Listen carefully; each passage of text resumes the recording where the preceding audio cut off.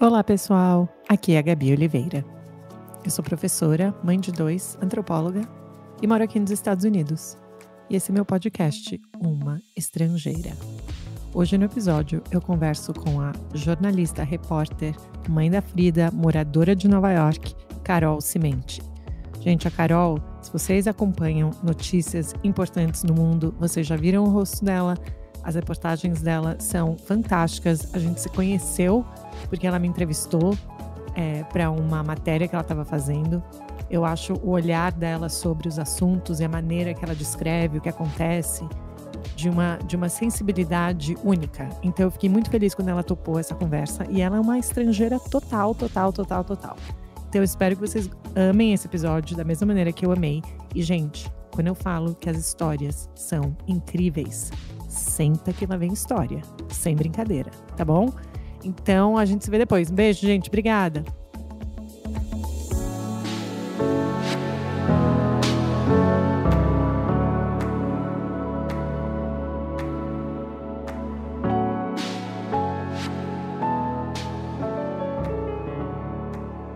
Vou começar a gravar aqui. Vou tentar me comportar, porque normalmente sou eu que faço as perguntas, né? Então é sempre estranho demais responder. Boa, mas de verdade, super obrigada por ter topado. E aí eu prometo que eu tô vendo onde você tá. É uma janela maravilhosa. Onde é? Eu fugi de casa porque tá uma bagunça, um caos. Eu vim para a salinha de Ah, de crianças. brinquedo do prédio. Eu queria ir para a sala de jogos de adultos, mas tem um cara ali fazendo uma reunião e tal. Agora todo mundo trabalha de casa. Então eu pensei, bom, vou para a salinha de crianças. Se invadir um monte de criança aqui, a gente foge daí. Gente, para quem não vê, né, tá fantástico. Tem uma mini cesta de basquete, tem várias coisas para brincar. Trabalhinho. E vocês estão em que parte de Nova York? Onde vocês Já moram? tá Qual valendo? parte? Já estamos trabalhando Já, aí? já estamos indo, estamos junto. A gente mora no Brooklyn. Eu moro agora eu tô no sul de Williamsburg e a gente está se mudando hoje para Bed-Stuy, Ai, que legal. Bedford-Stuyvesant, que é também no Brooklyn e Sim. é o bairro mais negro de Nova York. Todo mundo acha que é o Harlem. O Harlem, óbvio, que é um bairro negro histórico, super importante, mas Bed-Stuy é o bairro com a maior população negra de Nova York historicamente. Uhum. E vários motivos, assim. Primeiro que a gente está comprando, então super feliz de estar comprando um Que apartamento bom, em parabéns. Nova York. Sim. E a gente começou a procurar, sempre no Brooklyn, que a gente adora o Brooklyn. E quando a gente foi ver um outro apartamento em Bed-Stuy, a gente começou a caminhar assim, nas redondezas, né, no bairro, e a gente se apaixonou.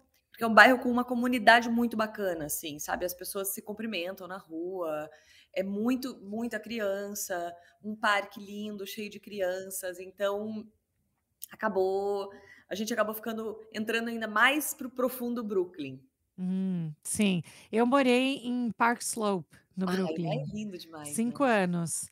E antes de vir para cá, para Boston, mas eu adoro e a gente ia bastante até para Bed-Stuy, porque sabe que a gente tinha amigos que muita gente que comprou em Bed-Stuy 10 anos atrás e que agora tá vendendo por Bem, muito mais, tipo, é um dos lugares que e o valorizou preço muito, subiu, né, né? valorizou muito. Eu tô chegando meio atrasada, né? Mas vamos lá. Não, mas é um super investimento também, que legal. Não, que legal. E faz quanto tempo você mora em Nova York?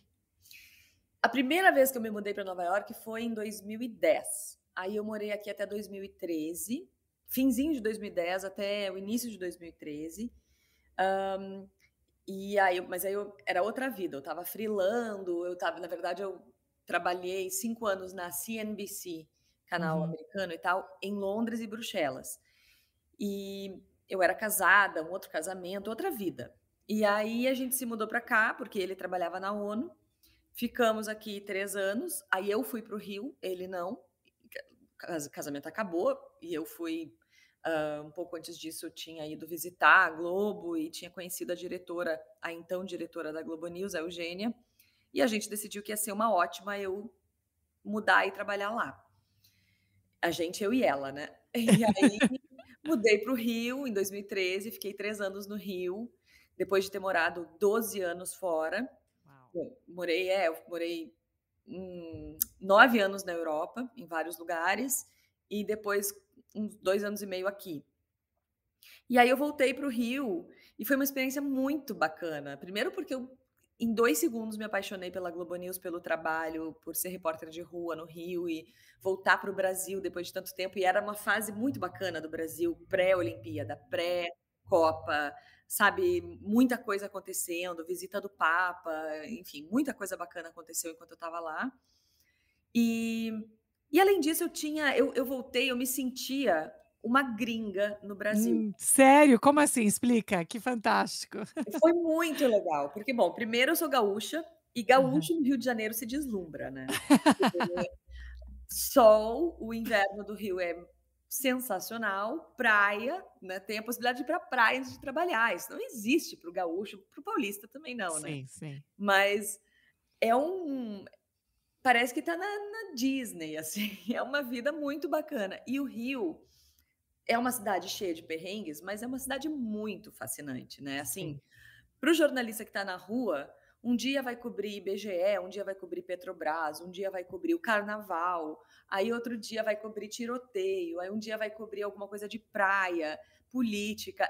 São pautas muito diversas, Hum. numa cidade que é muito diversa, né? Assim, é morro e asfalto, tudo junto no mesmo bairro, é tudo muito intenso.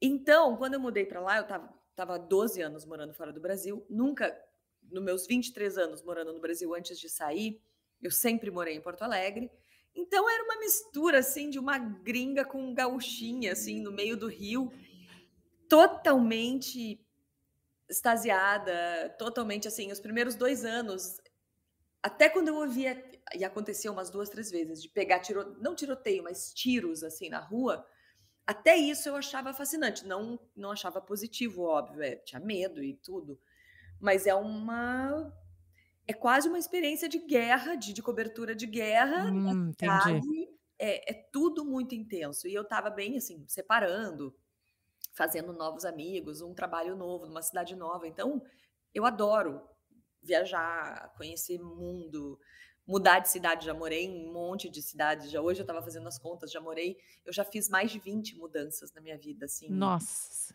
as primeiras com 2 malinhas, aí vai aumentando. acumulando. Então, o Rio foi, assim, uma experiência muito rica. Depois de uns 2 anos, aí começou a passar esse A lua filtro de mel. é, Hã. e eu comecei a ver as coisas, assim, eu me lembro do meu terceiro ano lá, cobrindo, passei a Páscoa cobrindo uma manifestação das mães do Complexo do Alemão, quando uma das crianças, um menino de 5 anos, morreu porque levou um tiro de fuzil na cabeça, e isso foi na sexta-feira, se não me engano.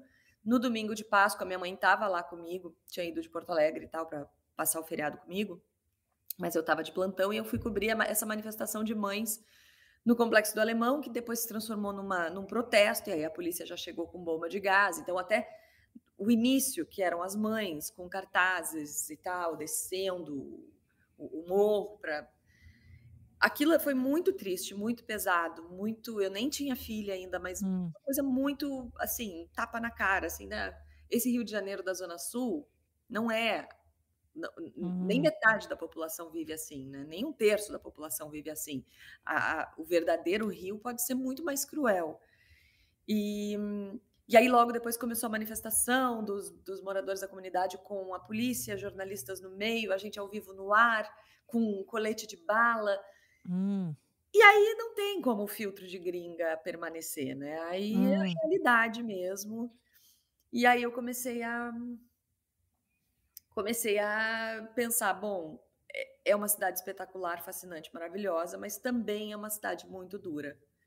E para a jornalista que está na rua, contando a vida das pessoas, vivendo um pouquinho da vida das pessoas, começou a bater.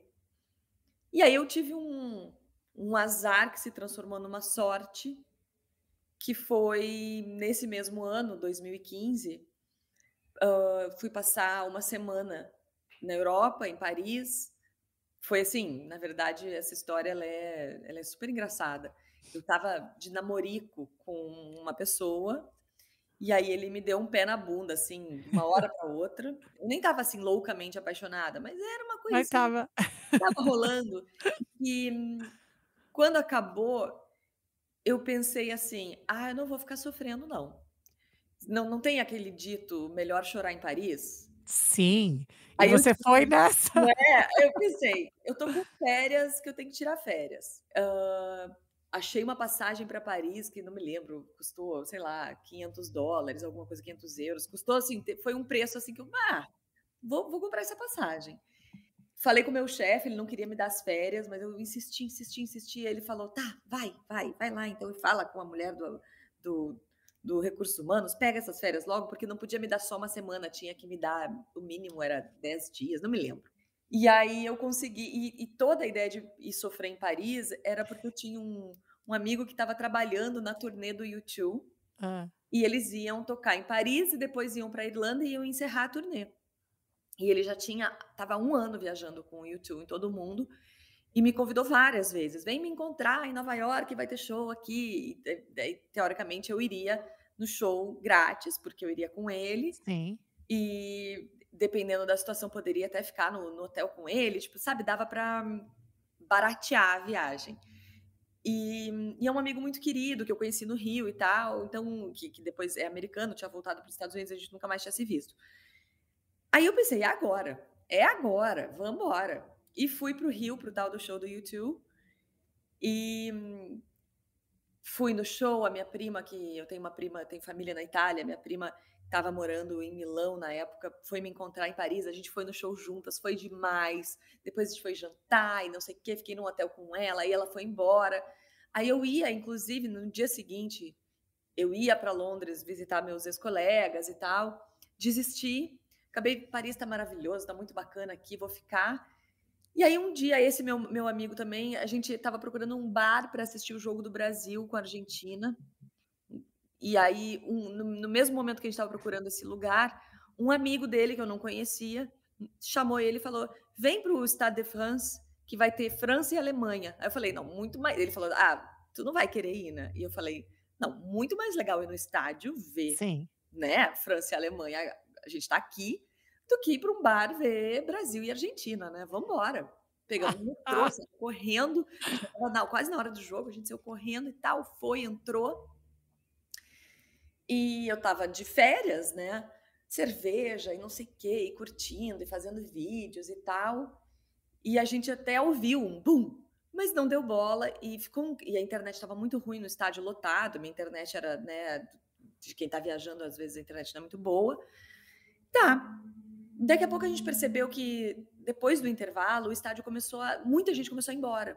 E a gente pensou: "Nossa, como os franceses são, né, assim, não querem fila depois na hora de ir embora". Muita gente indo embora, a gente: "Puxa, que coisa". Não, é que eles já sabiam que o que estava rolando em Paris naquele momento eram ataques terroristas simultâneos no estádio, onde inclusive estava o então presidente, que foi retirado às pressas, a gente ficou sabendo disso tudo depois, em vários restaurantes de Paris.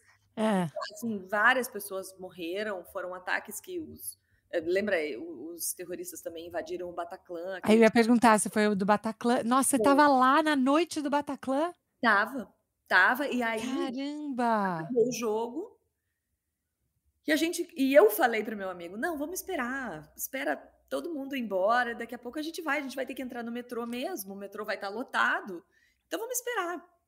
E aí a gente viu a seguinte cena: lá do outro lado do estádio, as pessoas indo embora, e daqui a pouco uma multidão voltou correndo das portas, assim, voltou correndo, começaram a descer as arquibancadas, as cadeiras, as escadas, para o gramado. Eles começaram, os seguranças começaram a dirigir as pessoas para irem para o gramado.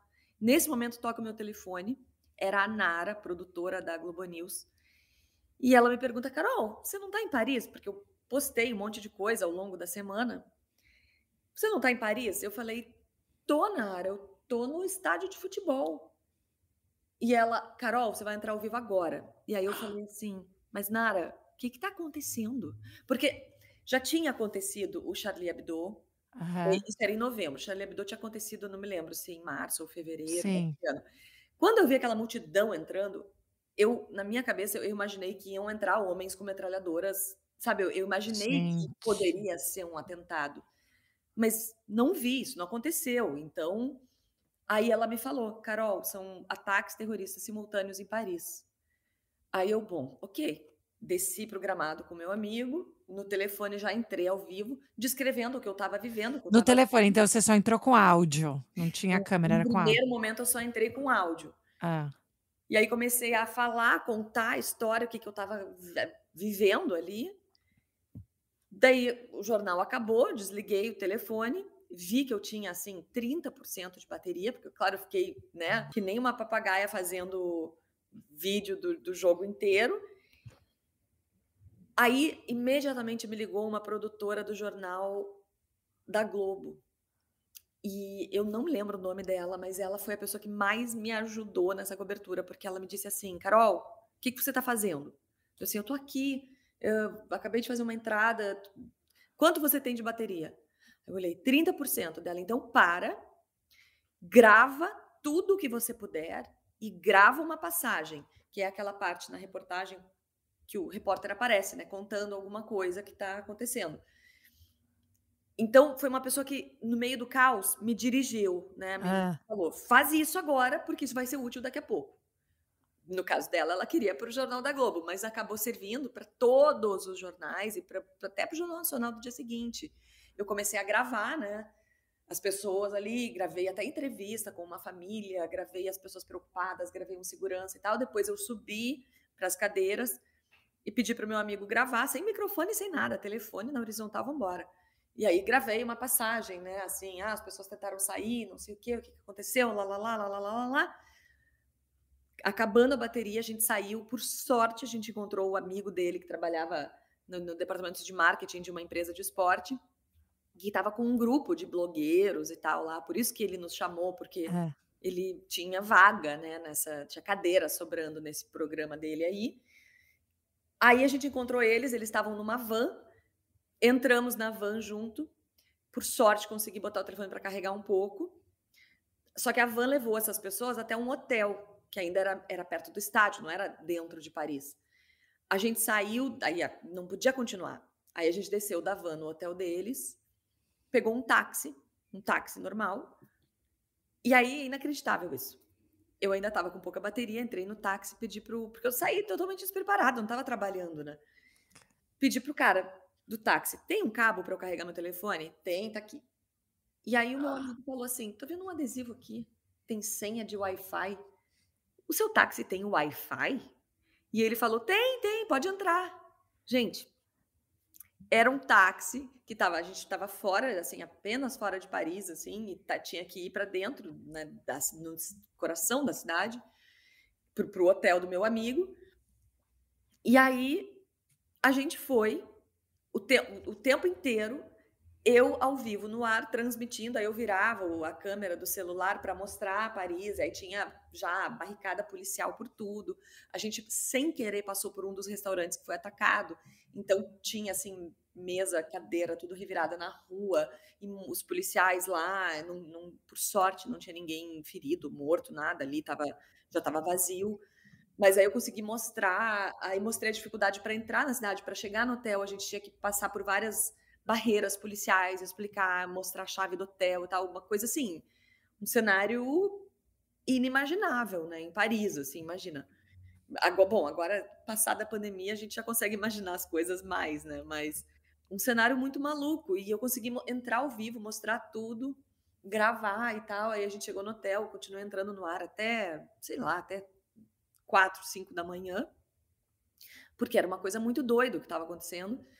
E essa cobertura durou mais uns 10 dias, depois eu ainda fui Uau. pra Bruxelas atrás do. Então você ficou lá direto, você nem voltou para o Brasil, você Não ficou lá. voltei, não, comprei outro telefone, porque o meu telefone era um iPhone mais antigo, a câmera era ruim, comprei um telefone melhor, que tinha mais memória, né, para poder trabalhar daquele jeito maluco.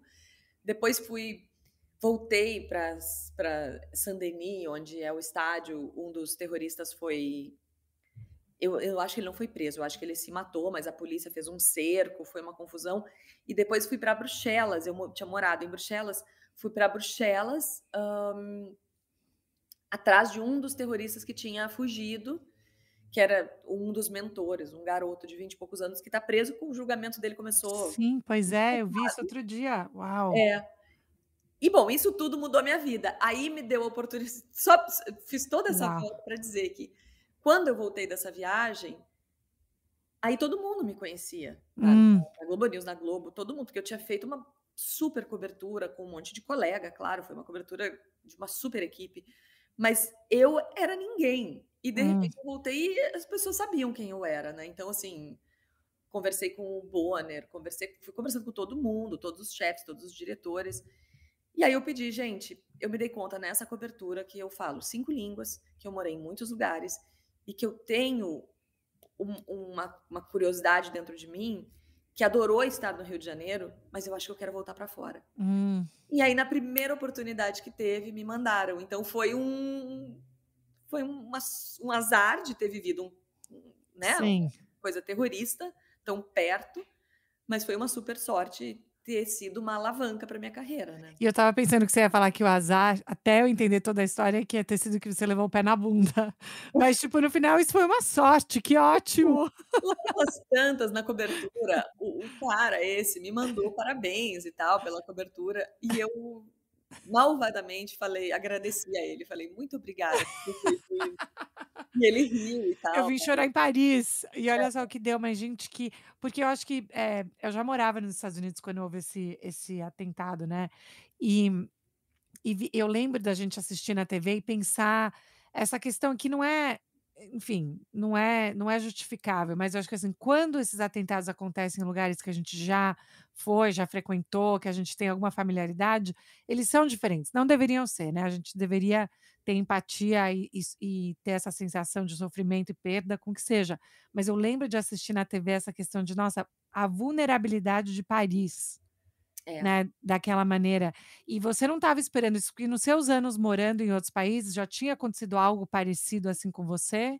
Comigo não, mas, já tinha acontecido. Bom, lembra aquele atentado num ônibus e no metrô em Londres? Sim, Eu mudei para Londres, 1 mês depois daquele atentado, em que inclusive assassinaram um um brasileiro, lembra? brasileiro, é por isso que eu lembro melhor, porque tinha história de um brasileiro, é. Exatamente. Eu mudei para Londres bem naquele período, e eu me lembro de mudar e pensar: "Nossa, não vou pegar metrô", mas não existe, né, assim, quando a gente mora numa cidade desse tamanho, é muito difícil a vida se não pegar metrô. E ainda, eu estava começando na minha carreira e tal, ganhava mal pra caramba, então, assim, não tinha opção de ir de táxi para o trabalho, né, então e também não tinha opção de morar perto do trabalho, porque era na City, em Londres, uma região bem central e cara e tal, então, enfim. Então eu já tinha também acontecido um atentado grande na Espanha, eu não morava na Espanha e tal, mas, assim, Hum, tinha, né, lido, percebido que sim, aquilo existia. E, bom, já tinha tido o 11 de setembro, que eu cobri, foi um dos meus primeiros anos numa redação, eu fiz toda a cobertura. Então, assim, a existência de terrorismo tinha, e tinha acontecido o Charlie Hebdo mais uns sim. meses antes. Só que o Charlie Hebdo tinha sido muito pontual, né, era, Uhum, assim, um uhum. ataque contra jornalistas de uma redação super específica, claro que é assustador, mas não era um ataque contra Paris, né. Sim. E eu Ou entendo. coordenado, né, ou com uma maior um maior alcance. É. É, porque uma coisa é a gente ouvir falar, e eu me lembro de criança ler essa notícia numa revista, acho que deve ter sido uma Veja, sei lá, ler que tinha acontecido um atentado no Egito, no Cairo, homens metralhando turistas num lugar super turístico, super famoso do Cairo, e eu me lembro de ler aquilo e pensar: "Gente, que loucura, as pessoas saíram de férias, foram para lá Hum, e de repente", né. E eventualmente, na minha vida jornalística, também fiz coberturas de longe, de Israel, de, sei lá, um um homem-bomba ou, sabe, alguma coisa assim. Hã, então, existia isso, mas eu concordo 100% contigo. Quando isso acontece num lugar que a gente já foi, hum, que a gente talvez pudesse estar lá naquele momento, é diferente, não, talvez não devesse ser, mas é uhum. humano, né, é mais difícil a gente estar no Cairo, porque o brasileiro classicamente não viaja muito para o Cairo, E é mais fácil para o brasileiro estar em Paris. É a cidade, se não me engano, é a cidade que mais recebe turistas no mundo, No todos mundo? os anos. Mais Eu que Nova York? Uau, eu tenho a impressão que sim, ou é isso ou é a França o país que recebe mais no mundo, eu mais. não lembro. Mas, então é óbvio que é um choque, né. E eu estava no estádio, o atentado no estádio foi mal sucedido. O terrorista que ia entrar com bombas no corpo no estádio acabou sendo barrado por algum motivo, Gente, e ele se explodiu do lado de fora. Então ele morreu e matou uma pessoa que estava perto dele, que era um motorista até. Eu sei uau. porque eu fiz a cobertura e tudo. Então por sorte, o atentado do estádio foi mal sucedido. Imagina, o presidente estava lá, era a França contra a Alemanha, ia ser uma coisa muito, se ele tivesse conseguido entrar ou se ele tivesse explodido na entrada do jogo e tal. Por sorte, foi o menos bem-sucedido de todos eles naquela noite. Mas mesmo assim, né, depois que passou tudo, eu me lembro de um dia falar para o meu amigo, né, que ele fez toda a cobertura comigo Sim. depois, né. É, Eu me lembro de falar para ele: "Caraca, a gente, de uma forma muito distante, sobreviveu a um atentado terrorista". É claro que total, eu exagerei um pouco, mas quando passou a adrenalina, eu pensei: "Nossa, a gente correu algum risco, né". com certeza, E absolutamente. enfim, é tudo muito doido. Mas naquele momento eu estava ainda morando no Rio de Janeiro e tinha Aham. passado na semana anterior por um tiroteio na linha amarela, indo cobrir uma pauta, a gente começou a ver tiros, os carros pararam, as motos começaram a dar a volta e voltar na contramão. Teve uma imagem muito forte, um homem no carro na nossa frente, pegou um bebezinho de colo, que devia ter meses, 3 meses, sei lá, e saiu do carro e foi para trás do Eu carro. lembro dessa foto. Lembra dessa foto? Uhum. Foi o meu essa foi uma imagem que o meu cinegrafista naquele dia gravou, Nossa. porque o nosso carro era imediatamente atrás dele, e eu estava do lado do Nilson Clava, que Uhum. hoje é um super repórter da Globo News em Brasília, da Globo News, da Globo. Ele foi a primeira saída em campo dele como estagiário. Ele estava do meu lado, assim, não, então as pessoas brincam que eu sou premiada, né, para o bem e para o mal. Ele estava do meu lado, começou todo esse negócio, eu falei: "Abaixa, abaixa, abaixa, todo mundo abaixa". O Henrique, cinegrafista, levantou a câmera, começou a fazer essa imagem icônica. A gente se abaixou, eu peguei o celular e liguei para a redação, e falei com o chefe de produção, falei: "Compan, o negócio é o seguinte, a gente está num tiroteio na linha amarela, eu só tô te dizendo isso porque se a gente morrer, vocês têm que saber onde a gente tá. Assim, se a minha mãe não souber, minha mãe precisa saber que eu morri aqui, entendeu?". Assim, aí eu senti muito medo ali. Mas aí logo depois passou, aí os carros começaram a andar, a gente parou e perguntou para os policiais, eles falaram que foram, eh, assaltantes que estavam fugindo da polícia e atravessaram a linha amarela correndo e dispararam, e a polícia disparou contra eles, mas não foi um arrastão, assim, não foi uma coisa que Entendi. estava, e aí eles fugiram, e aí o trânsito fluiu, e logo depois a gente parou o carro e noticiou isso e deu a imagem e tudo. Mas, enfim, hã, medo faz parte, né, a gente não vai.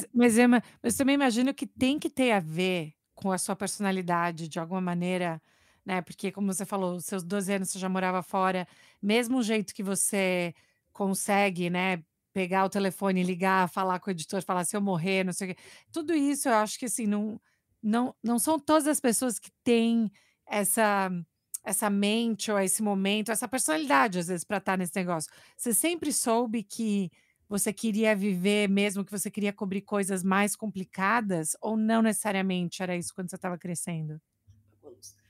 Hã, eu sempre soube que eu queria ser jornalista, isso eu sempre soube.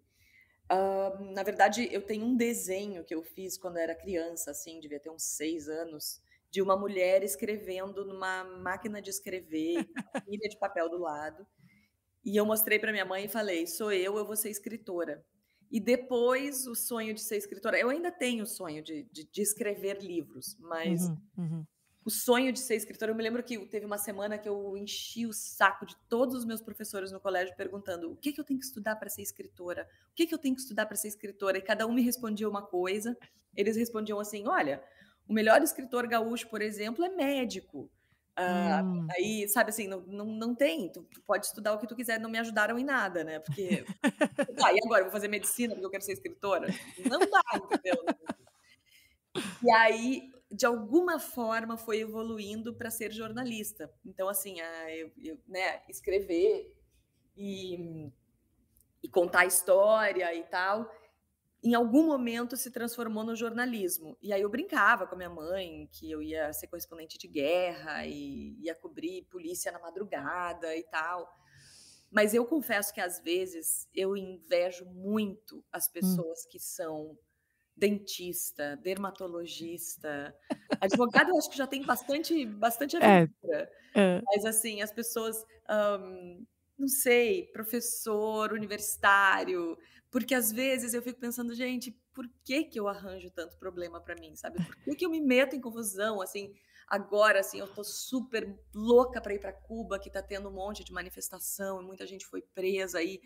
Tá um ar de que a crise econômica, junto com a pandemia, vai forçar, Hum. talvez, o governo a ficar mais abrir mais, né, Hum. e quem sabe alguma coisa mais democrática. Então eu tô louca pra ir pra lá. E aí eu já sei que se eu conseguir fazer essa viagem, fazer essa cobertura, vai ser um perrengue danado, porque a internet lá é muito ruim, as pessoas têm medo de falar, vou correr risco de ser presa, de repente levar sabe, assim, porque o jornalista lá não pode trabalhar livremente, especialmente em momentos de protesto. Então, assim, por que que eu tô arranjando esse perrengue pra mim? Mas eu tô louca pra ir, se amanhã a Hum. gente puder ir, eu vou. Então, eu não sei explicar, eu me lembro que quando eu estava fazendo essa cobertura do terrorismo em Paris, a minha mãe me falava toda hora: "Volta, volta, chega, Hum. já deu". E aí teve uma, assim, eu fui fazendo reportagens, né, ao longo de vários dias.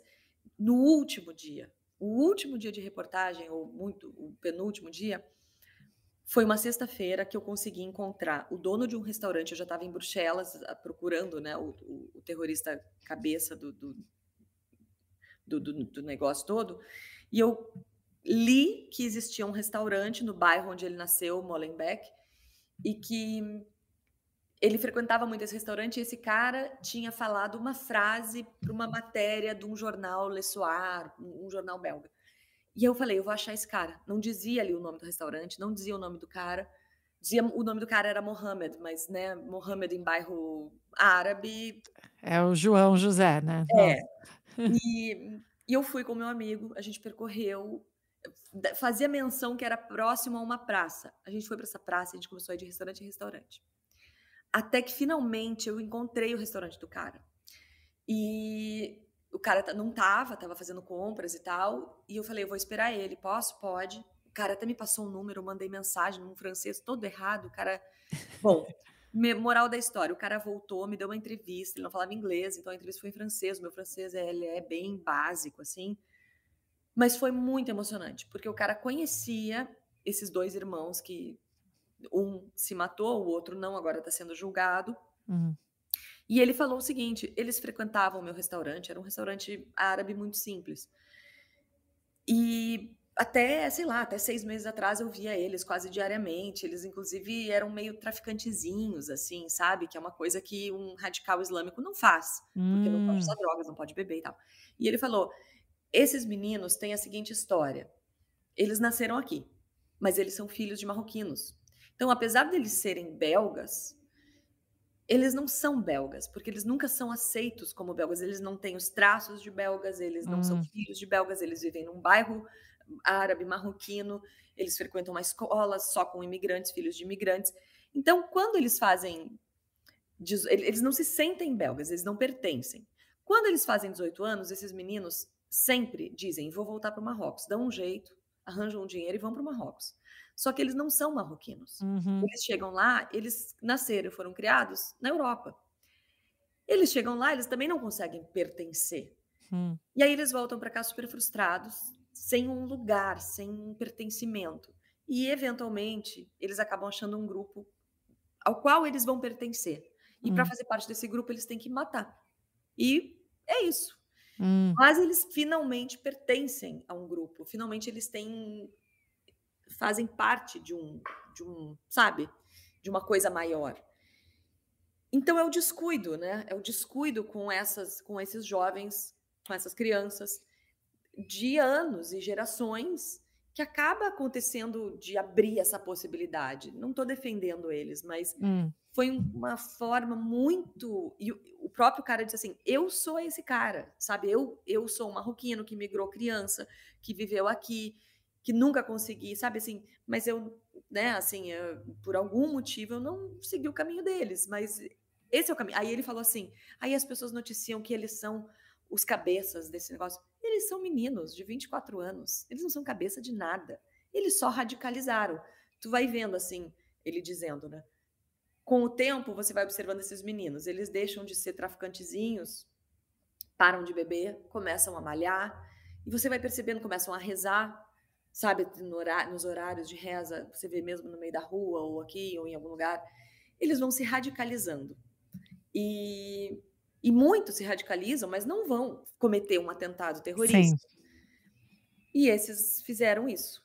Então foi depois daquela entrevista eu liguei para minha mãe e falei: "Viu, é importante eu estar aqui", sabe, assim, Hum. tem talvez um pouco de risco, tem muito perrengue, agora eu tenho uma filha, então viajar, trabalhar e tal significa abrir mão de uma coisa muito grande, mas tem alguns momentos que a gente precisa traduzir o que que é a falta do Estado, o que que é a falta de estrutura, o que é não pertencer. E isso, quando a gente quando eu te entrevistei um tempo atrás, tem muito disso, né, Uhum. assim, não existe solução fácil para nada, Uhum. mas não enxergar isso não é o início da solução, né, é o início da E eu lembro que você falar porque uma das coisas que eu admiro muito, né, do seu trabalho, entre outras, é exatamente essa sensibilidade, né, de entender que existe um assunto complexo, que é importante ter uma audiência maior, não só ficar falando para quem já sabe sobre aquilo, mas talvez, né, trazer novas pessoas, né, para aquilo, mas ao mesmo tempo que é o que você fala, né, você também tem que não é que você pode simplesmente dar a sua opinião e falar assim: "Ah, o meu comentário é tal". Você tem que ficar ali com os dados, com as fontes, com os relatos, né, mas eu acho que isso é um talento muito grande, né, de também ter que fazer esse equilíbrio do quanto porque imagina você escutando se eu estivesse escutando uma entrevista dessa, eu acho que ia ficar assim: "Nossa, sim, com certeza", sabe, né, tipo, nesse e abraço como terrorista. é, tipo, sabe, você quer entender e que aí você entra naquele circuito de tentar entender a psique mesmo, assim, da pessoa, do porquê, das razões. E como que você faz esse equilíbrio para não ficar tão colada numa história ou até sentir que você tá pegando um lado, né. Porque, de novo, a gente pode ser neutro, mais imparcial, mas como que isso funciona, tudo isso é complicado. Mas qual que é o seu mecanismo, assim, para poder fazer esse trabalho? Eu não sei, eu acho que muito cedo. Porque o que a gente aprende na faculdade de jornalismo e nos primeiros trabalhos, pelo menos eu aprendi, é que, assim, existe uma técnica, né, você tem que começar a matéria explicando o que, onde, porquê, como e quando, né. E jornalismo é um fato novo de interesse social, ok. Conforme a gente vai porque a minha profissão não é jornalista, você pode ter muitos cargos, ter muitos papéis. O meu papel é ser repórter e eu amo, eu sou apaixonada por ser repórter, que é quem Hum. passa o perrengue, né, é Uhum. quem caminha, é quem tem que se deslocar, fica no trânsito, mas é quem senta na frente do entrevistado e ouve, e depois acha um jeito de contar. Uhum. Pode ser um jeito mais criativo, menos criativo, mas de fato tem que contar, né, o que, quando, onde, porquê, como, né, tem que contar. Hum. E eu fui percebendo eu trabalhei 5 anos na CNBC, finanças, economia e política, que é muito mais árido, né, muito Uhum. menos humano. A gente está falando de bolsa, está falando dos números econômicos, está falando e trabalhando na CNBC, eu vivi a crise de 2007, 2008, os bancos quebrando, Uhum. e eu era correspondente deles em Bruxelas naquela época, e o primeiro banco da Europa continental a quebrar foi um banco belga. E eu super verde, começando a ir para o ar, 20 e poucos anos, me dizem: "Carolina, segunda-feira, às 6 da manhã, você vai lá cobrir a quebra desse banco, e vai ter entrevista com o CEO, vai ter coletiva e você vai entrevistar". Um banco quebrar, a gente sabe, né, é muito significativo, porque vai estragar a vida de muita gente, vai estragar muitos negócios. Assim, significa que muita gente que tem dinheiro ali vai perder dinheiro, ou vai ficar um tempo sem ter acesso ao seu dinheiro, se tudo der certo. Enfim, é um caos. E um banco quebrando pode quebrar outros bancos, porque o pânico Uhum. gerado, as pessoas tiram dinheiro, enfim, o sistema, né, se rompe. E eu fui entrevistar esse CEO e eu era jovem, assim, eu não estudei economia. E aí a pergunta que todo mundo queria saber é: quem vai comprar o seu banco? Porque um banco quebrando, em geral, é comprado por outro. Você está vendendo seu banco para quem? Você está negociando com quem? Hum. E no momento em que ele disser: "Ah, não, a gente está negociando com um banco, sei lá, holandês", beleza. Todo mundo, o mercado mais ou menos se tranquiliza e a história vira para o outro banco. E ele não queria dizer. Ele falou: "Não, a gente está resolvendo nosso problema, a gente está resolvendo nosso problema, não, não sei o quê, não sei o quê, não sei o quê". E eu comecei a eu fiz 4 vezes a mesma pergunta, assim, por nervosismo e porque eu sabia que era uma coisa que a gente queria muito saber, só que a gente estava ao vivo, e e entrou, e eu, sabe, assim, parecia uma esquete, assim, eu fazendo a mesma pergunta pra ele: "But who are you negotiating with?" Mas sabe, "Mas quem que tá tentando comprar você? Mas você já tá negociando com quem?" Sabe, assim, 4 vezes. Quando eu saí do ar, a minha chefe falou: "Nossa, você é uma repórter muito tenaz". E foi um acidente, assim, foi assim, eu preciso arrancar isso dele, eu preciso provar que eu sei fazer meu trabalho, sabe.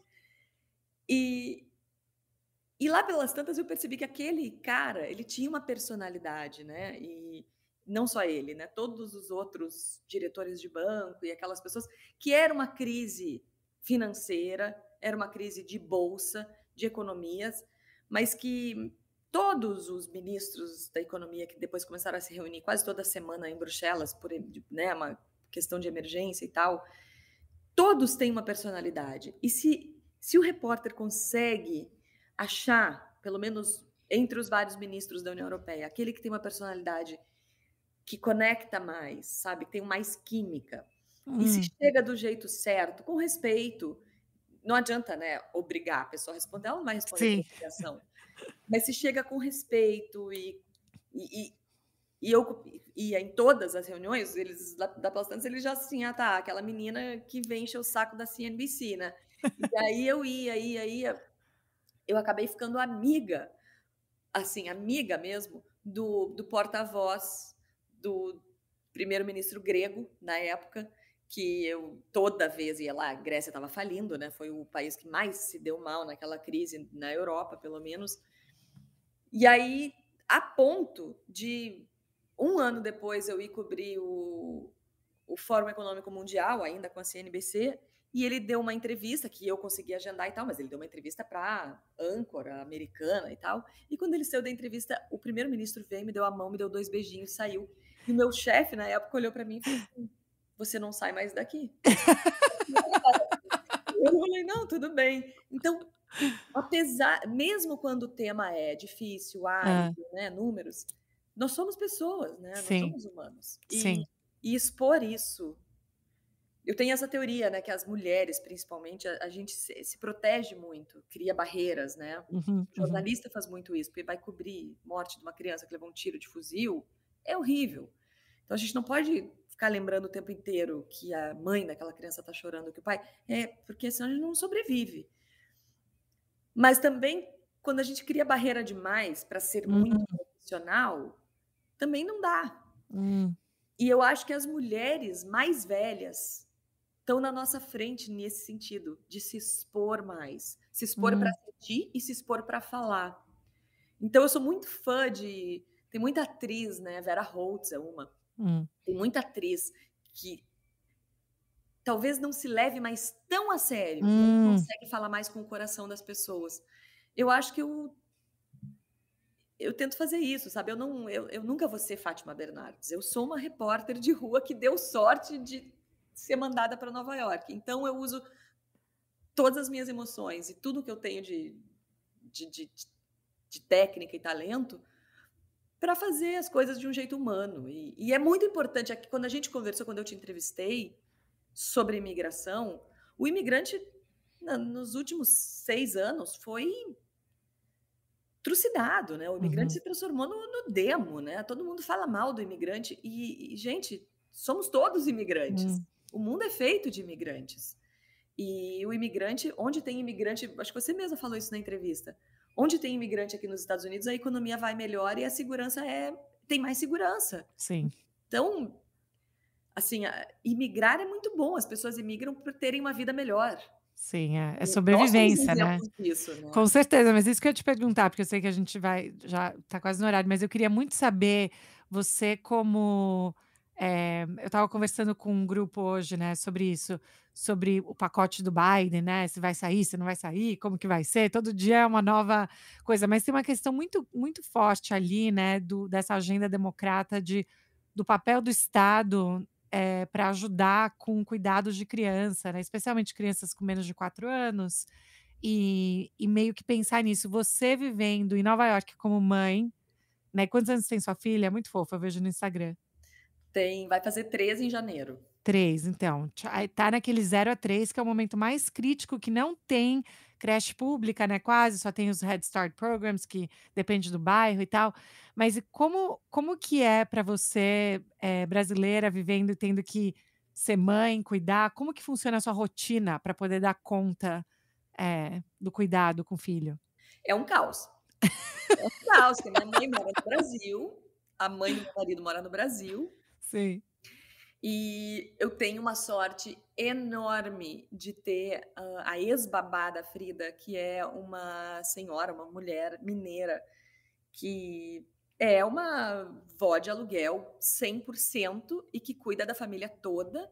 Ela não trabalha na minha casa todos os dias, eu não teria como, mas hoje, por exemplo, estou me mudando, ela está aqui, ajuda com a casa, ajuda com a Frida, ajuda com tudo, mas é um caos, assim, se olhar nas minhas redes sociais, seguido eu estou fazendo um vivo e ela está no colo do meu cinegrafista, a Frida, né, assim, é, eu tive Covid 3 semanas, 4 semanas atrás. E durante 2 dias, só eu testei positivo e o meu marido e a Frida não. Então eu me isolei deles, fui para casa de uma amiga que estava viajando e fiquei lá no apartamento da minha amiga 2 noites. E eu nunca fui tão produtiva, Gabi. Foi uma loucura, eu li 3 livros, comecei a escrever, eu tinha que escrever uma palestra, comecei a escrever a palestra. Eu sabe assim, primeiro que a casa não bagunçava, era uma coisa mágica. Você faz o que faz, o que faz e a casa continua igual. A casa tá sempre arrumada, um negócio impressionante, sabe, a minha casa tá sempre bagunçada. Aí, comida era muito rápido, muito fácil, eu só tinha que, sabe, em 2 segundos eu fazia minha comida, comia, já lavava o prato, estava resolvido, assim, 5 minutos. E eu literalmente li 3 livros em 2 dias. 3 livros, livros. Eu não acreditava que eu era capaz de fazer isso. Eu falei assim: "Não, gente, eu sou muito". Isso que dizem que as mulheres ficam mais produtivas depois que têm filhos é verdade. Uhum. Ele só tem que não estar perto. Ai, não, mas que coisa, mas, por exemplo, porque isso eu acho muito legal por alguns motivos, né. Eu, pessoalmente, eu adoro quando os meus filhos me veem trabalhando. Eu gosto que eles me vejam feliz trabalhando, eu gosto que eles vejam que não é só: "Ai, mamãe tem que ir embora", e é sempre triste. Não, olha só o que que a mamãe faz, né, e tudo isso e tal. Mas, ao mesmo tempo, o que você falou, né, esse momento mostrou o quanto, às vezes, a gente precisa de um tempo, assim, um break, uma pausa. E Muito aí, assim, olhando como e a minha sensação é que você está cada vez mais ocupada e mais em demanda e mais produzindo atrasado. mais e mais. Você sente isso também? Ou você sente que você está mais em controle de: "Ah, não, não vou fazer isso", porque eu sinto que você está sempre fazendo coisa. Controle de nada, né. A gente aprende a viver O completamente fora caos. de controle. Eu acho que uma das principais lições da maternidade é essa. E estando em Nova York é fácil, porque tudo resolve ligando ou num aplicativo, alguém entrega ou, né, assim, mas é um caos, é realmente um caos. Agora, eu fiquei muito mais flexível para algumas coisas, Hum, assim, por exemplo, acordo, sei lá, se eu estou na escala para fazer uma matéria para o Jornal Nacional, tá? O Jornal Nacional tem um fechamento mais cedo e né, a pauta é decidida, tem poucas horas para escrever a matéria, para sair, para gravar, para entrevistar e tal, ok. Então, acontece muito seguido de eu acordo, arrumo a Frida, a gente toma café da manhã, aí o pai da Frida já leva ela na escolinha e vai trabalhar, né? Ele não fica em casa trabalhando, tá? E aí eu dou um tapa assim muito rápido para não ficar trabalhando no meio do caos. Eu ainda às vezes de pijama começo a pesquisar e escrever a matéria. Então, naquele dia que eu te entrevistei, eu falei: "Preciso te entrevistar, vamos conversar, vamos gravar agora". E aí tu respondeu: "Não, mas eu preciso lavar o cabelo, tô no caos", assim, não, lindo. Ao mesmo Joga um shampoo a seco e não, eu entendo 100%. Vai lá, toma teu banho, arruma teu cabelo. Certamente eu fiz a mesma coisa, naquele meio tempo eu almocei, tomei banho, lavei meu cabelo, sabe, assim, é isso, assim, não existe mais um todo mundo se arruma, todo mundo sai de casa, eu chego na aham. redação, só aí eu começo a trabalhar. Não, às vezes eu acordo, a Frida tá dormindo do meu lado e eu já tô batendo uma matéria, entendeu? Não tudo se misturou. Ok, a gente Hum, aprende que dá para trabalhar na guerra, né, no meio da e então o bom vai ser que em algum momento ela vai crescer, hum. e aí a minha produtividade de fato vai aflorar. Não, e as pessoas às vezes, né, não têm ideia às vezes tem uma ideia de que quem mora fora, especialmente nos Estados Unidos, mora num glamour, né, e em tudo isso e assim, claro, a gente tem várias vantagens, eu vejo pelo menos morar nos Estados Unidos, uma delas é segurança, né, uma delas é uma liberdade que eu tenho aqui com os meus filhos que eu não necessariamente teria no Brasil, tudo isso, mas ao mesmo tempo é exatamente esse é o perrengue diário constante sem parar e sem ter uma visão de quando vai acabar, a não sei quando eles crescerem. Eu adorei essa. Fi né, felizmente, alguma hora eles vão crescer. Mas isso mudou a sua sensação de cobrir algumas matérias, ficaram mais difíceis ou mais fáceis desde que você se tornou mãe? Muito mais. Eu fui cobrir quando o governo Trump começou a separar as famílias, as crianças dos pais da fronteira com o México, eu fui grávida cobrir. Ninguém na redação sabia que eu estava grávida, era o início da gravidez, era, sei lá, não tinha feito 3 meses ainda. Aí eu fui com o Alex, com quem eu trabalho muito, cinegrafista, e eu falei pra ele, eu falei: "Alex, a gente vai, mas eu preciso te contar uma coisa. A primeira coisa que eu preciso te contar é que eu não tô gorda, eu tô grávida.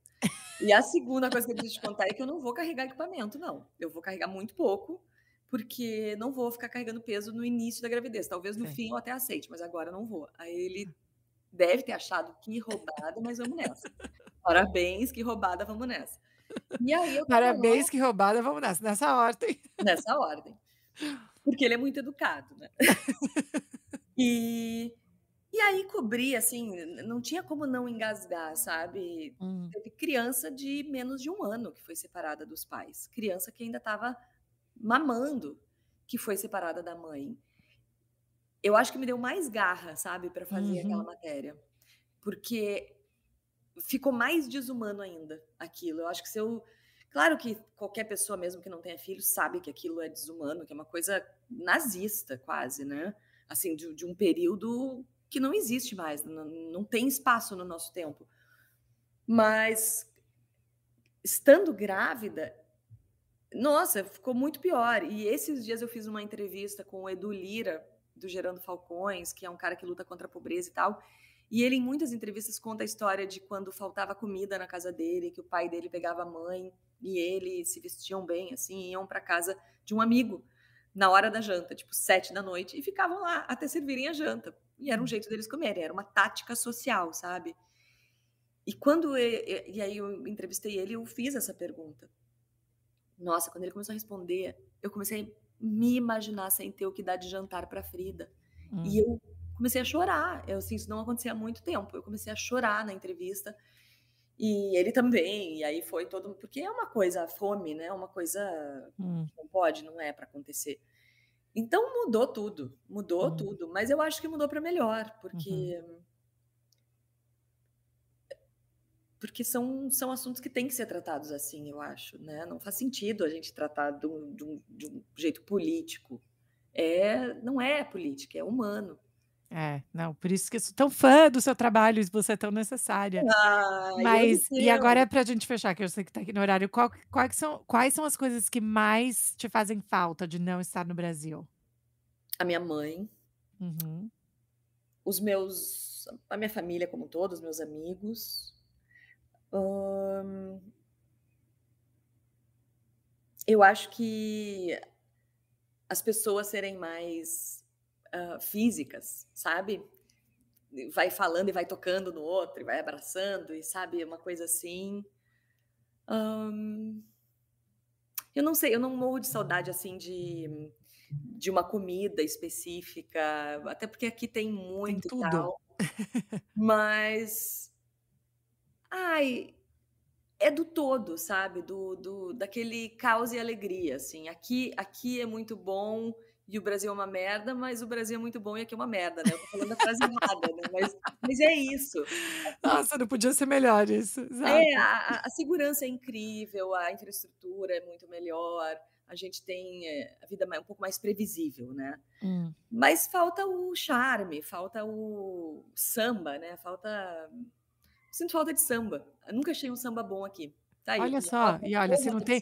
se não tem em Nova Iorque, não vai ter em qualquer lugar dos Estados Unidos, viu, porque Tem senão coisas que não adianta, nem a globalização consegue, né. nem é verdade, mas eu penso nisso também, eu não sinto falta de nada muito físico, eu sinto mais falta da sensação de, né, até de falar português por mais tempo, livremente, eu também acho isso, às vezes me faz falta, e eu acho que quanto mais velho eu fico, mais eu me preocupo, né, com as pessoas que tá todo mundo ficando mais velho, né, e o quanto tempo a gente tem junto.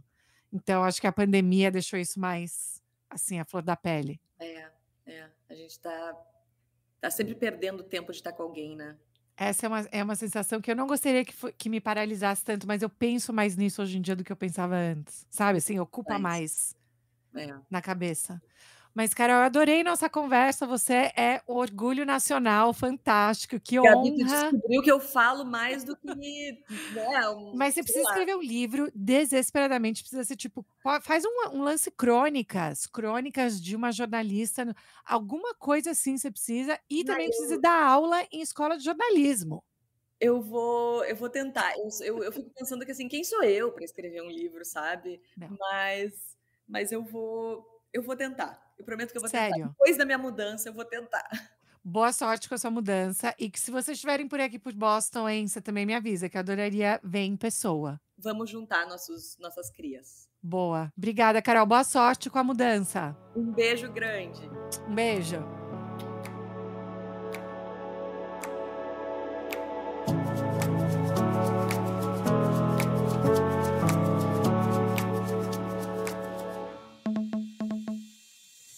E aí, pessoal, gostaram do meu papo com a Carol? Eu fiquei tão passada, se vocês pudessem ver no vídeo o meu rosto, enquanto ela ia contando as histórias, parecia que meus olhos iam cair do meu rosto, tá? Sem brincadeira. Ela tá no Instagram, vocês podem achá-la lá, também no Twitter. Acompanhem a Carol lá em Nova York e espero que a gente se conheça em pessoa, Carol, porque eu acho que a gente tem uma conexão aí, olha aí, fiz outra amiga. Gente, como sempre, vão lá no nosso Instagram, Uma Estrangeira Podcast, ou mandem um e-mail pra gente no umaestrangeirapodcast@gmail.com. Tá bom, pessoal? Se cuidem. Um beijo. Até semana que vem.